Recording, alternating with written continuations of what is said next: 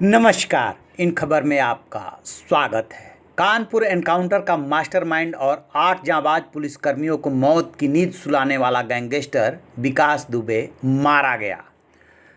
STF ने उसे कफन बढ़ा दिया, लेकिन उसकी कमाई के राज अभी भी दफन नहीं हुए हैं।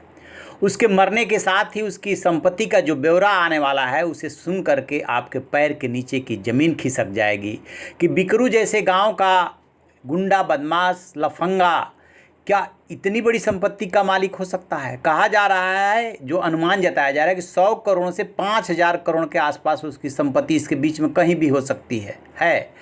और पिछले कुछ दिनों में उसने 14 देशों की यात्रा की थी। विदेशों में भी उसकी संपत्तियां हैं। लखनऊ से लेके कानपुर से लेकर के और न जाने कहाँ कहाँ उसकी संपत्ति है। कम से कम उसके 12-14 मकान हैं। इसके अलावा वो सूद पे देने का काम करता था, पैसा ब्याज पे लगाता था। एक उद्यमी से उसके बहुत अच्छे रिलेशन थे। उद्यमी ने ही उसको गाड़ी भेंट की थी।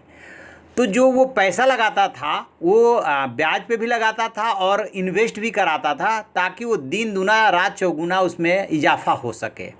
इसके लिए कहते ये हैं, जो सोर्सेज के हवाले से खबर है, कि जय वाजपेयी नामक व्यक्ति को उसने चुन रखा था। विकास दुबे का जो रहन सहन था वो तो एक गांव के व्यक्ति का था, बहुत सादे ढंग से। लेकिन उसके जो मैनेजर थे वो सब हाई फाई थे। वो जो है बहुत ही वैसा जीवन व्यतीत कर रहे थे।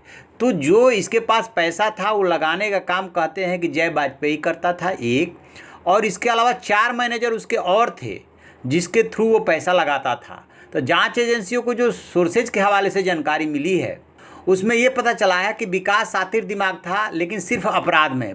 पैसे को कहाँ निवेश करना है, कैसे खपाना है और किस सेक्टर में खपाना है, तो ये सब जो है जय और उसके 4 मैनेजर तय किया करते थे। और इसका वो पूरा फ़ायदा भी लेते थे कि यानी कितने % पे लगाया, कितना लगाया, उसको एक रकम बधाई दे देते थे। उसके से के साथ हिसाब किताब कर लेते थे, लेकिन मोटी रकम वो अपने पास भी रखते थे और इसी से वो ऐशो आराम की ज़िंदगी गुजारते थे।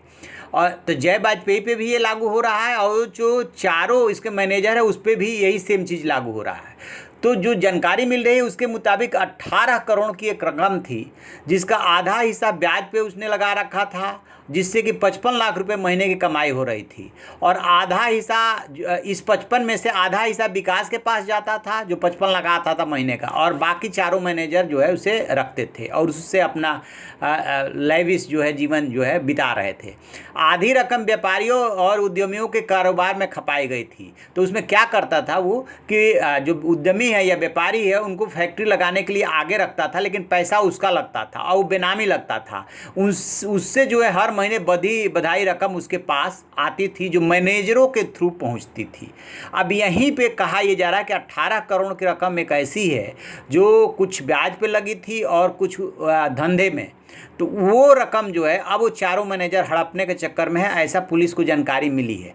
लेकिन अब तो चूंकि ये मामला पूरा का पूरा ईडी में भी जा रहा है, उधर सरकार ने जो है इसके लिए जो एनकाउंटर हुआ था, एनकाउंटर में जो 8 पुलिसकर्मी मारे गए थे, कौन कौन संरक्षण देता था, पुलिस के कौन लोग मिले हुए थे, इसकी जांच के लिए SIT बना दिया है। और ये पूरा का पूरा मसला जो है वो STF जांच कर रहा है। चाहे ये जो भी उस दिन क्राइम वाली घटना हुई है उसकी जांच जो है STF कर रहा है। और उसी क्रम में विकास दुबे सहित 6 लोग अभी तक ढेर किए गए हैं।